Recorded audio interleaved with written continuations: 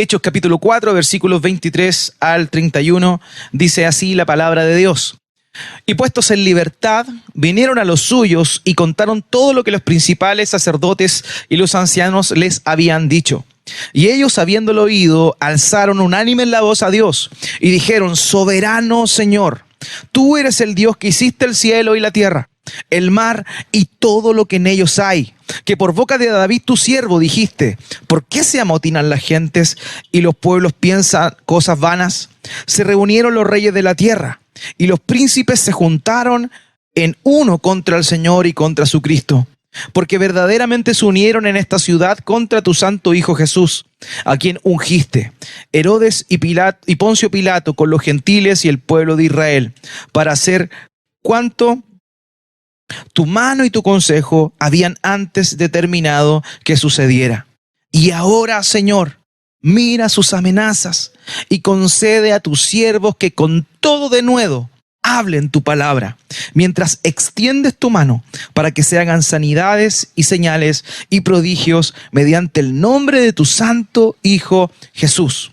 Cuando hubieron orado, el lugar en que estaban congregados tembló, y todos fueron llenos del Espíritu Santo y hablaban con denuedo la palabra de Dios. Durante las últimas semanas, el mundo cristiano ha puesto sus ojos en lo que está sucediendo en una universidad en Estados Unidos, una universidad cristiana, la Universidad de Asbury, la cual se encuentra en Kentucky. Y el pasado 8 de febrero, particularmente, en lo que parecía ser una reunión de capilla, que todas las universidades cristianas tienen, un culto de oración, luego de que normalmente nada sucedía, posterior a la predicación, se levantó un clamor, muchos jóvenes, y eso es lo que llama la atención, muchos jóvenes comenzaron a clamar, comenzaron a orar, comenzaron a arrepentirse y comenzaron a cantar, y lo que parece que hasta el día de hoy no ha concluido. Es decir, desde ese día han sin cesar estado cantando y alabando al Señor. Esa universidad, la Universidad de Asbury, nace, digamos, históricamente al alero de, aunque no se caracteriza con una denominación, sin embargo el corte que tiene es el corte metodista del famoso predicador John Wesley. Y bueno, hasta el día de hoy no ha terminado esto. Ahora bien, esto ha generado de alguna manera como ciertas tensiones o ciertas opiniones disidentes en cuanto a qué es lo que está sucediendo en ese lugar. Mientras que hay algunos que señalan que lo que está pasando ahí es un avivamiento verdadero, hay otros poco duditativos en cuanto a lo que está pasando ahí y dicen que esto es falso. Cuestionan si es verdaderamente un avivamiento o no. Lo único, queridos, que podemos decir al respecto es que si lo que está sucediendo allá es un mover de Dios, el tiempo lo va a decidir. El tiempo lo va a decidir. No olvidemos lo que dijo el famoso rabino Gamaliel cuando se les preguntó por lo que estaba pasando con los cristianos en ese momento. Le dijeron, ¿qué va a pasar con ellos? Y él dijo, ¿saben qué? Déjenlos. Si es de Dios, esto va a permanecer. Si no es de Dios, esto se va a caer.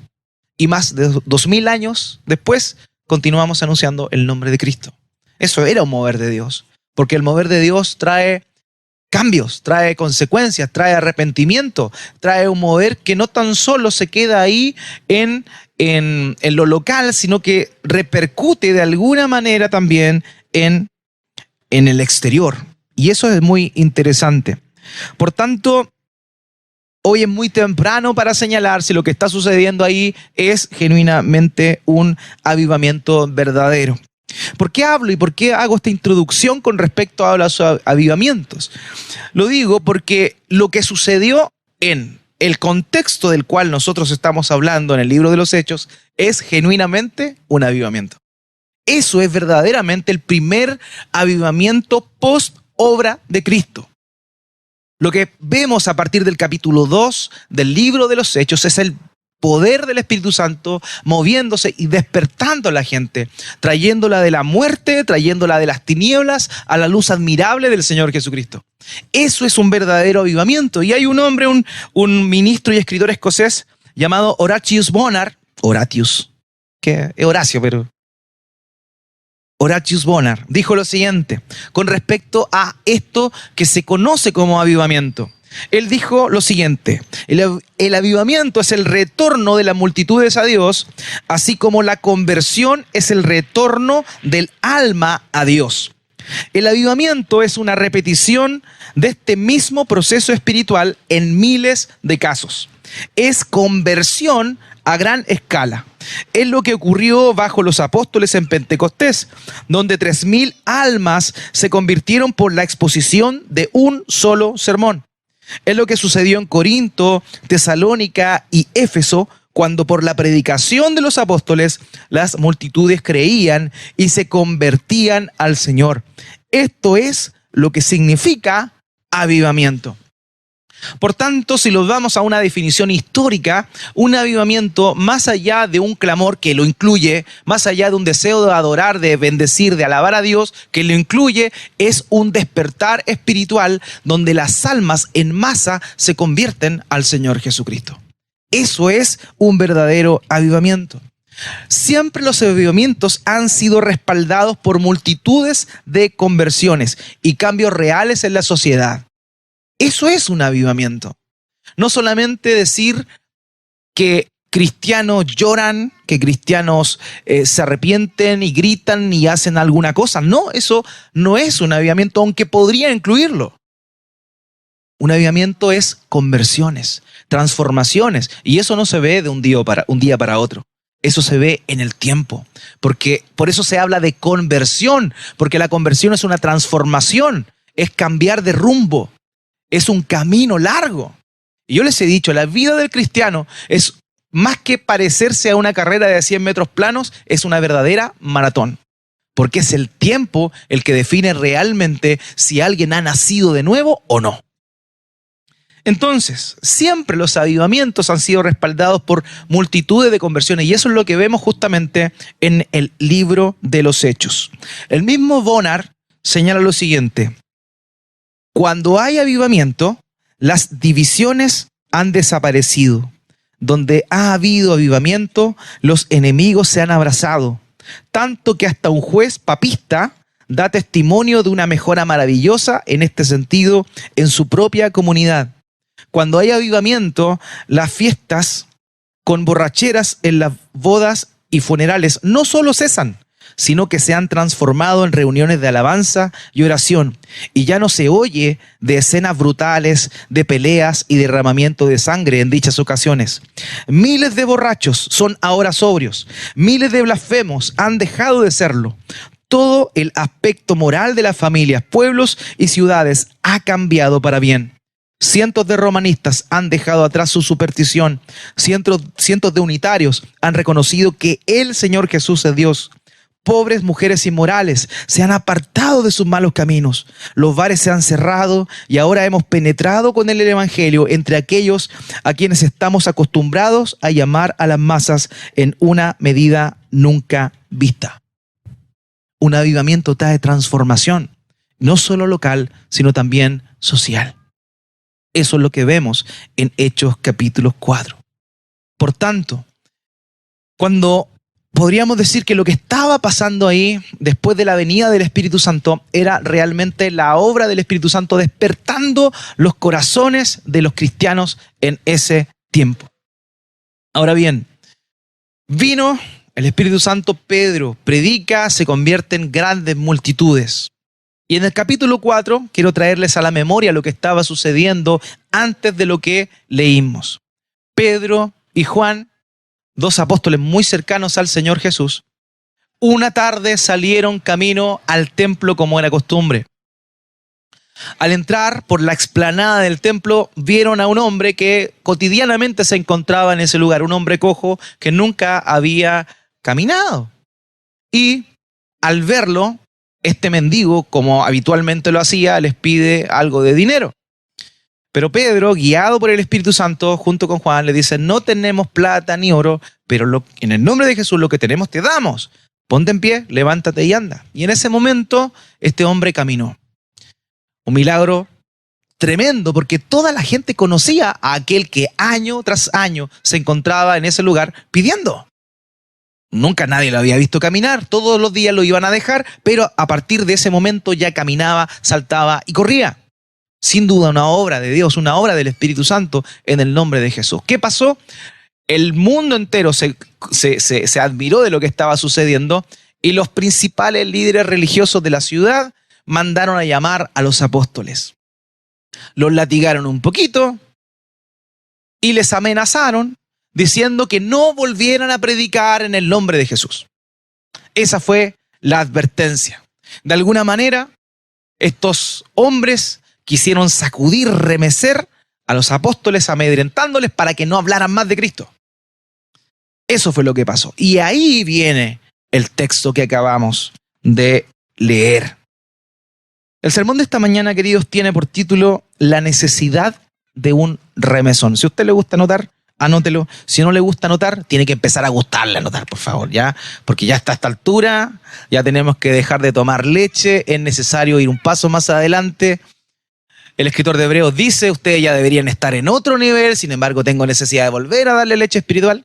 Queridos, a esta altura de la vida ya, honestamente, anote, si no tiene lapicito en su smartphone, en su iPhone 14 Pro, Max Pro, que le costó 100,000 pesos. Bueno, la necesidad de un remesón, ese es el título del sermón de esta mañana, y conforme a estos versos vamos a hablar de dos cosas. En primer lugar, nuestra respuesta, hermano, escuche bien, nuestra respuesta ante la opresión, y en segundo lugar, la respuesta de Dios ante nuestra oración. Salió verso. En primer lugar, nuestra respuesta ante la opresión, y en segundo lugar, la respuesta de Dios ante nuestra oración. Vamos entonces con lo primero que vemos aquí. Nuestra respuesta ante la opresión. En el contexto de este pasaje, vemos que los discípulos habían sido amenazados de no proclamar más, de no hablar más en nombre de Jesús. O sea, en pocas palabras, se les quería acallar. En nuestros tiempos eso no es muy diferente. En nuestra época eso no es muy distinto. Hay burlas con respecto a todos aquellos que creemos en Cristo. La gente se burla, la gente te rechaza, la gente te discrimina. En una época donde se habla tolerancia, el que habla de Jesús es un loquito. No lo escuches, es loquito. Hay hasta memes de la tía evangélica que le dice bendiciones. Porque es como el mundo ve al cristianismo como personas que están realmente locas y anacrónicas con respecto a la época en la que estamos viviendo. Ahora, quizá no recibimos una amenaza tan grande en nuestro contexto en Occidente, pero sabemos que hoy, en estos momentos, mientras nosotros estamos hablando, estamos reflexionando, en otros lugares del mundo, hermanos tienen que estarse reuniendo escondidos para que las autoridades no los lleven preso. Hay personas que en este momento están siendo torturadas a causa de Cristo. Y el hecho de que nosotros nos encontremos cómodamente esta mañana no significa que hoy por hoy hermanos nuestros están proclamando y sufriendo a causa de Cristo.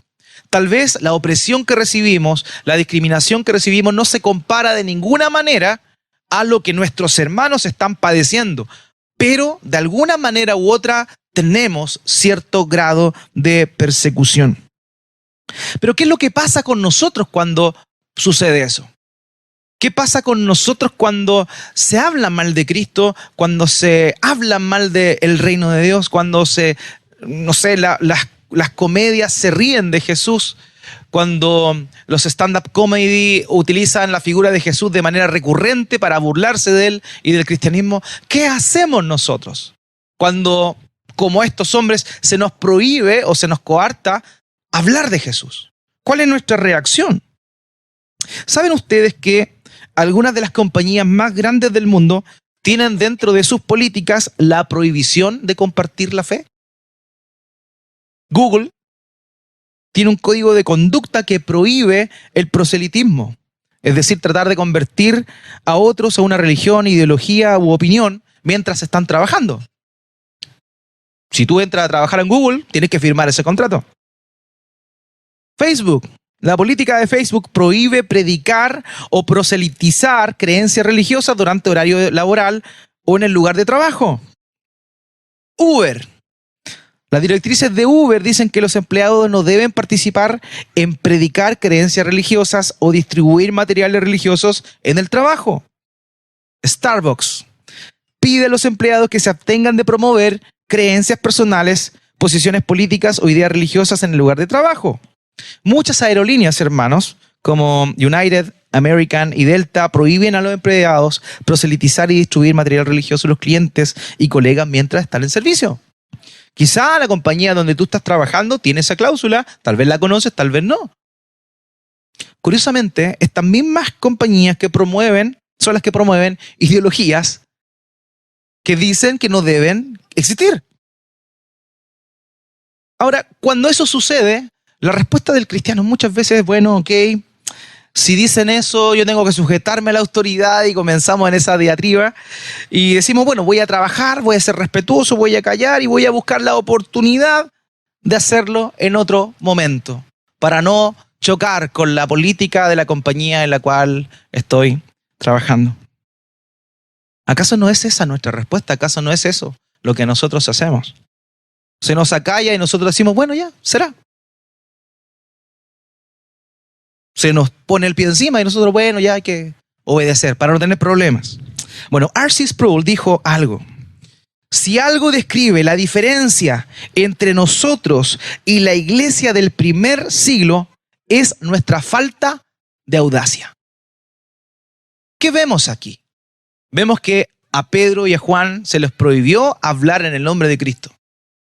¿Acaso vemos a Pedro y a Juan llegando a donde estaban sus hermanos a llorar, a decir, ¿saben qué? ¿Saben qué? No podemos más hablar de Jesús. Así que hablemos piolita para que no nos pase nada. O acallémonos un tiempo hasta que esto quede más tranquilo, más quieto. El Señor Jesús solamente murió hace muy pocos días, así que esperemos que las cosas estén más tranquilas para poder hacerlo. No es lo que ellos hicieron. No es lo que ellos hicieron.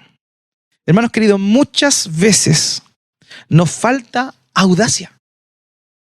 Y simplemente a cabeza agacha acatamos todo lo que se nos dice. En una oportunidad, hace varios años atrás, en Estados Unidos existía, en la década de los 80 estoy hablando, existía un entrevistador llamado Jack Paar. Y él invitó al famoso televangelista en su momento, Billy Graham. Para los que no cachan inglés, Billy Graham.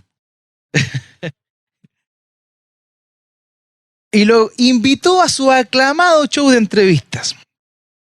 Este hombre se caracterizaba por ser bien frívolo e intentar siempre reírse de sus invitados. Y cuando Billy Graham llegó ahí, le dijo lo siguiente: supongo que estás aquí esta noche, y cito, para tratar de salvar mi alma y tratar de enderezar mi vida. Probablemente vas a tratar de hacer que me arrepienta, le dijo.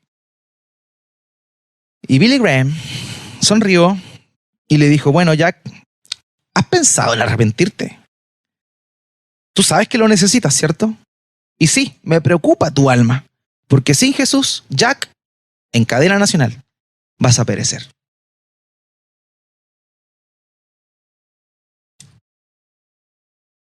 Él fue respetuoso, no tuvo una actitud beligerante, no fue confrontacional, fue simpático, amable, pero le dijo la verdad. Hermanos queridos, muchas veces nos falta audacia. Ante las dificultades simplemente cedemos y decimos, bueno ya. Queridos, lo que hizo la iglesia de Cristo en esta primera etapa, cuando estaban con todo su corazón, con toda su pasión, no fue bajar la cabeza, no fue esconder la cola entre medio de las piernas, como lo hacen los perros. No.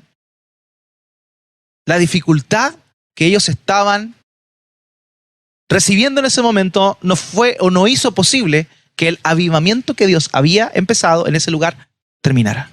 Porque no hay nada que pueda parar el mover de Dios. Hermanos, no hay nada que pueda parar el mover de Dios. El problema es que a nosotros, quienes nos llamamos cristianos, nos falta audacia.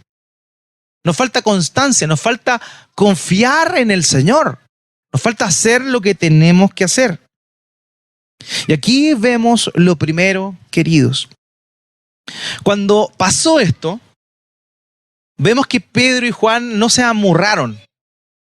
Pedro y Juan no se fueron a ocultar a sus casas. Pedro y Juan llegaron donde estaban sus hermanos. Y eso es lo primero que nosotros vemos aquí. Ellos fueron donde sus hermanos y no se callaron, sino que lo que hicieron fue juntos orar al Señor. Acompáñenme, por favor, a los versículos 23 y 24 de Hechos 4. Versículos 23 y 24 dice: cuando quedaron en libertad, fueron a los suyos y les contaron todo lo que los principales sacerdotes y ancianos les habían dicho. Al oír ellos esto, fíjense en esto, unánimes, alzaron la voz a Dios y dijeron: oh Señor, tú eres el que hiciste el cielo y la tierra, el mar y todo lo que en ellos hay. Queridos, quizá Juan y Pedro estaban algo desanimados producto de lo que había pasado, pero ellos encontraron refugio, ellos encontraron ánimo en la comunión con sus hermanos. La comunión de los santos, queridos, es el lugar donde nos encendemos. Es el lugar donde aquel que se está apagando puede prenderse de nuevo. Es el lugar donde podemos codo a codo trabajar, donde podemos confiar, donde sin duda alguna podemos encontrar descanso. Cuando la oración de estos hermanos continúa, podemos ver que se está citando el famoso Salmo 2, donde dice: ¿por qué se amotinan las naciones? ¿Por qué se amotinan los gobernantes de la tierra? Porque la gente, queridos, se amotina, se confabula para acallarnos. Pero la respuesta de nosotros, la respuesta de la iglesia no debe ser aislarnos, sino así como ellos se juntan para acallarnos, nosotros nos juntamos para clamar a Dios y para pedirle que nos ayude a ser testigos de Él. Queridos, no entendemos muchas veces la importancia de estar juntos. Puede que tal vez no seamos todos amigos. Puede que tal vez no tengamos todos los mismos afines. Quizás aquí hay algunos que les gusta Colo-Colo, otros la Católica y otros la U. Ser cristiano es estar unido en Cristo y lo que Él está haciendo en nuestras vidas. Si el mundo se reúne para acallarnos, nosotros tenemos que reunirnos, juntarnos para apoyarnos, para animarnos los unos a los otros. El Salmo 2, 1 y 2 dice: ¿por qué se sublevan las naciones y los pueblos traman cosas vanas? Se levantan los reyes de la tierra, los gobernantes traman unidos contra el Señor y contra su ungido, diciendo. ¿Y qué es lo que hacemos nosotros cuando la sociedad nos trata de acallar? Nos aislamos. ¿Qué pasa con nosotros? Muchas veces, queridos, desconocemos la importancia del estar juntos y del poder de la oración colectiva. Cuando hemos hablado de oración, es normal oír de la oración personal. Tiene que estar. Hermanos, si tú no oras, estás muerto. La oración es el alma del Espíritu. El poder del Espíritu está en la oración. Pero una iglesia, una comunidad de fe que no ora colectivamente también está apagada. ¿Por qué? Porque la iglesia se debilita cuando no comprendemos la sinergia que se produce cuando estamos juntos y oramos juntos. El mundo se junta para planificar cómo acallarnos. Nosotros nos juntamos para orar a Dios. Nosotros nos juntamos para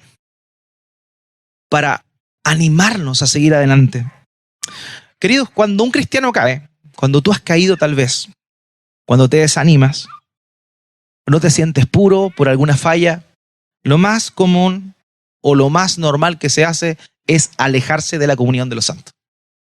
Es una mentira del diablo el decir que ya no eres puro y que no tienes el derecho de congregarte con las personas. Si fuera por eso, nadie tiene derecho a nada. Todos hemos fallado, fallamos, seguimos pecando y su misericordia es la que nos cubre. Pero la mentira del diablo es que tú has pecado, tú has fallado y no eres digno de ir a reunirte con los santos. Hermanos, no olvidemos que somos santos no porque nos portemos bien y seamos puros. Somos santos porque hemos sido santificados. Es la obra de Cristo en nuestras vidas, no lo que nosotros hacemos. Estamos siendo purificados, trabajamos en nuestra santificación, sin duda, pero es Dios el que está haciendo en nosotros. Nosotros no somos santos porque nos santifiquemos. Dios nos está santificando, Él nos declaró santos. Somos apartados por Él, para Él. Pero ¿qué es lo que pasa? Cuando alguien cae, cuando alguien peca, lo primero que el diablo le dice o le pone en su mente es: no vayas a la iglesia, no te juntes con los hermanos, aléjate. Tienes que arreglarte primero para después volver ahí. Y esa es una mentira que te destruye, es una mentira que te retrasa, es una mentira que te amarra los pies para que no sigas avanzando. Porque el lugar donde tú encuentras apoyo, donde tú encuentras ánimo, aunque no digas nada, aunque no confieses nada, el hecho de estar con tus hermanos produce un mover de Dios en ti. Lo insisto, un carbón, una brasa que se aparta de las demás, se va a apagar. Pero basta con que con un fierrito la acerques, va a volver a manifestar ese fulgor del calor y del fuego que la abraza. Queridos, el diablo sabe que cuando nos aparta de la comunión de los santos, se está ganando. ¿Están despiertos, no? El diablo sabe que cuando nos aparta de la comunión de los santos, nos está inmovilizando, nos está paralizando. Pedro y Juan podrían haberse paralizado, pero no, ellos fueron donde sus hermanos. Queridos, los apóstoles de Cristo, los que fueron escogidos por Él, no dijeron nosotros solos podemos, ya Pedro, oremos los dos juntitos. No, fueron donde sus hermanos, porque necesitamos los unos de los otros y necesitamos orar juntos. Y eso es algo en lo que hemos fallado, hermanos. Hemos fallado. Como iglesia hemos fallado, como iglesia local. No estamos orando juntos. Cuando Israel luchaba contra sus enemigos, a menudo oraban colectivamente a Dios para pedir ayuda. Esto aparece en 2 de Crónicas capítulo 20, desde los versículos 5 al 13. Nehemías en el capítulo 1, versículo 4 al 11, oró, lloró, confesó sus pecados, los pecados de la gente, e imploró la misericordia de Dios para la nación de Israel. En los salmos a menudo se habla de nosotros cuando se hace alusión a la oración. Porque la oración colectiva tiene poder en Dios. Porque el Espíritu Santo se mueve entre medio de nosotros. Dice el Salmo 80, 19, oh Señor, Dios de los ejércitos, restauranos. No sé si usted es bueno para gramática, pero ahí hay un plural. Restauranos. No dice restaurame. Restauranos, plural. Haz resplandecer tu rostro sobre nosotros y seremos salvos. Hermanos, por eso es importante la adoración colectiva. Por eso no sirve que alguien diga que es cristiano y que ve cultos por internet. No sirve. Porque Dios te salva personalmente, pero te llama a ser parte de un pueblo. Eres parte de un pueblo. Queridos, incluso la famosa oración que el catolicismo romano repite como un mantra, el Padre Nuestro, no es una oración individual, es una oración colectiva. No dice, Padre mío. ¿Qué dice? Padre Nuestro. La oración modelo del Señor Jesús es una oración congregacional, es una oración colectiva. Desconocemos y por eso caemos, porque desconocemos el poder de la adoración y la oración comunitaria. El mundo se confabula, se junta para resistir a Dios, mientras que los santos, aquellos que han sido salvados, deben unirse en oración para clamar a su Dios a vencer sus luchas. Aquí aparece nuevamente una expresión que tal vez habíamos olvidado. Dice que ellos estaban unánimes. Unánimes. Hermanos, unanimidad no es lo mismo que uniformidad. No somos todos iguales.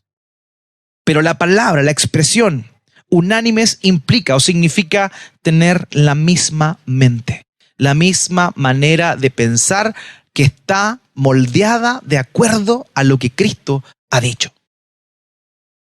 La unanimidad es importante dentro de la iglesia, la unanimidad es importante para la oración colectiva de la iglesia, porque ahí está la clave.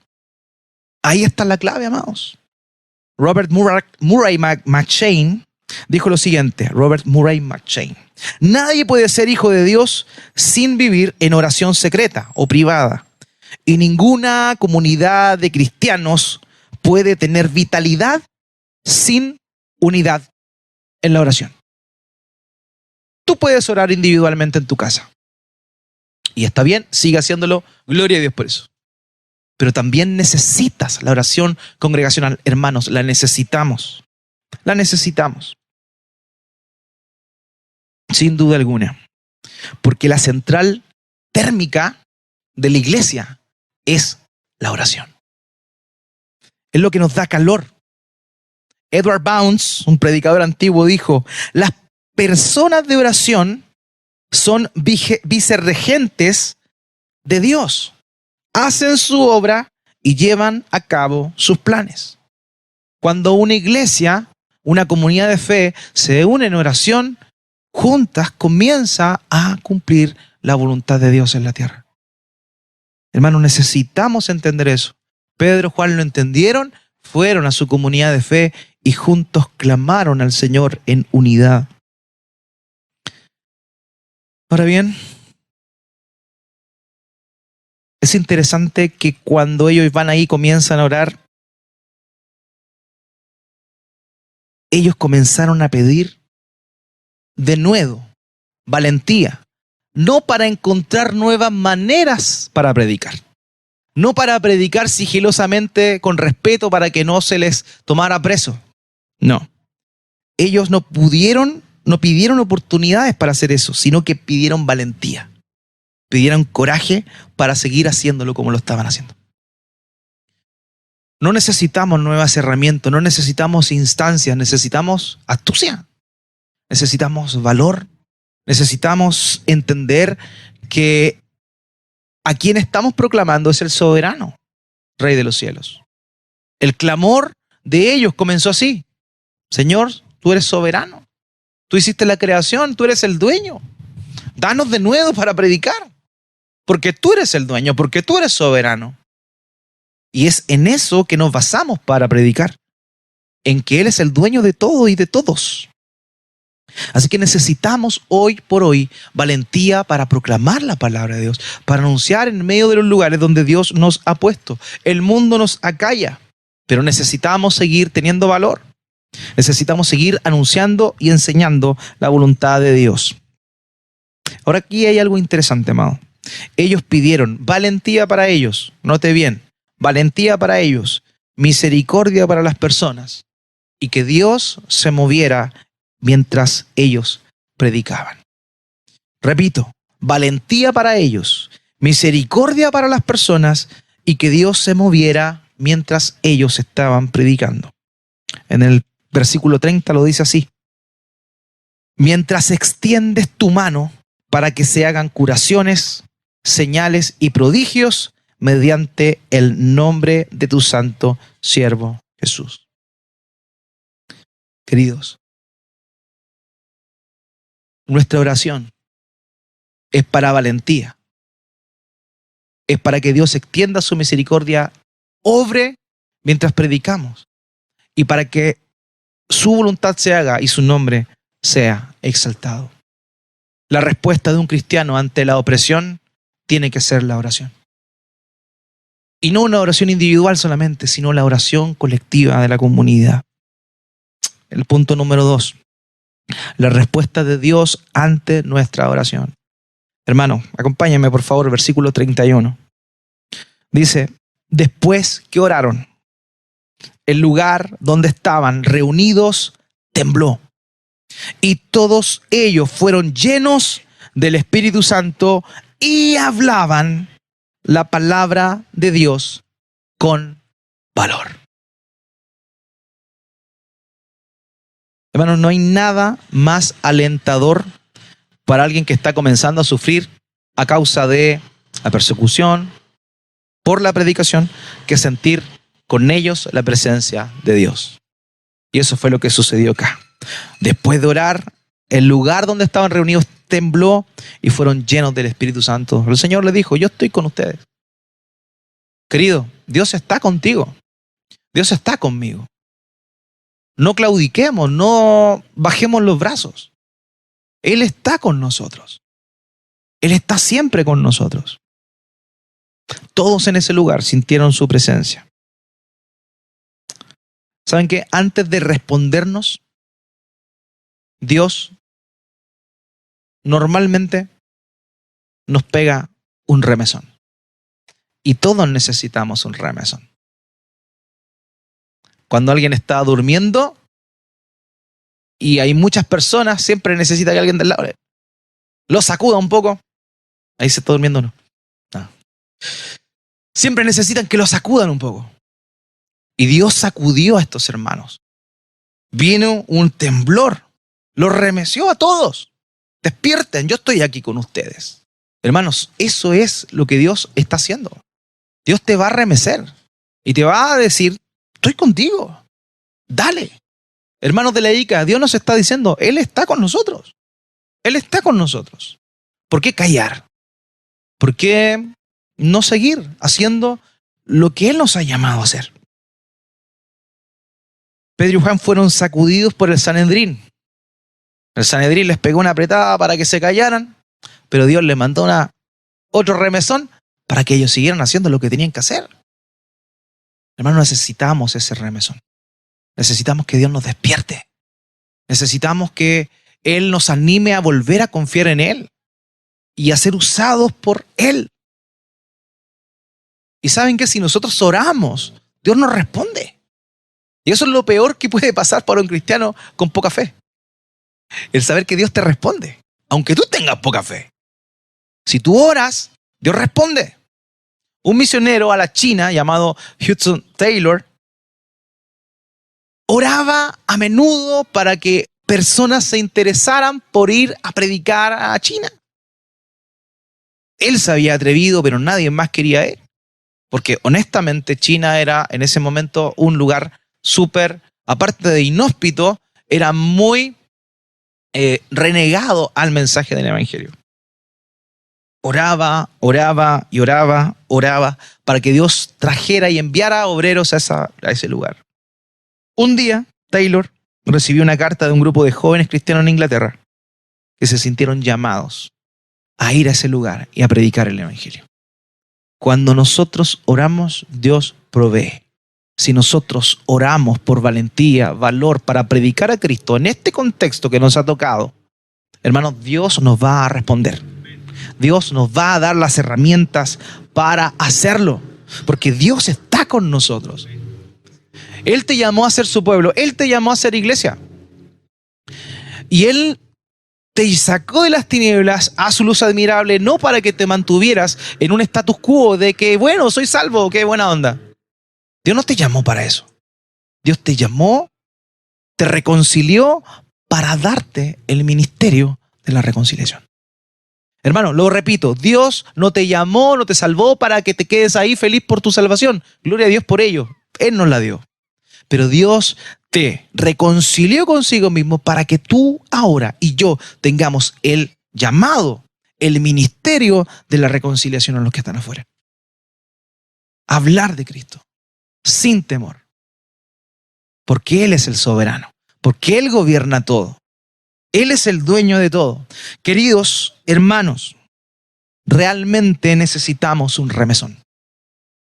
Necesitamos un remesón que nos lleve a proclamar a Cristo pese a que vengan dificultades. Lo necesitamos. Necesitamos un remesón que nos lleve de nuevo a estar juntos, a tener el deseo de estar juntos en comunión los unos con los otros. Entendemos que hay actividades, entendemos que hay turnos, entendemos que hay horario, pero en cuanto lo podamos hacer, que nuestra primera prioridad sea también el estar juntos. Necesitamos un remesón que nos lleve a la oración colectiva. Necesitamos un remesón que nos diga, hermanos, ustedes, yo, necesitamos estar juntos clamando al Señor. Necesitamos un remesón que nos mueva la misericordia por los demás. La gente está pereciendo. Muchos no conocen a Cristo. Las mieses muchas, los obreros son pocos. Amados, dispongámonos a ser usados para su gloria. Necesitamos un remesón que nos lleve a anhelar la gloria de Dios y que ésta se manifieste entre los hombres mientras anunciamos el mensaje glorioso del Evangelio. Queridos, necesitamos un remesón. Necesitamos volvernos a Él, entendiendo primeramente que el Señor Jesucristo descendió de su trono, se humilló a sí mismo, tomó forma de siervo, hecho semejante a los hombres, asumió en la cruz para darte a ti y a mí salvación. No para dejarnos ahí, sino para usarnos. ¿Sabes una cosa? Dios te llama su hijo. Si tú has creído en Él, si tú te has arrepentido de tus pecados, Dios te llama su hijo. Adoptado por gracia, pero su hijo. Por tanto, es hora de que comencemos a comportarnos como hijos de Dios. Que comencemos a ser usados como su hijo fue usado. Que Dios nos ayude. Oremos a nuestro Señor.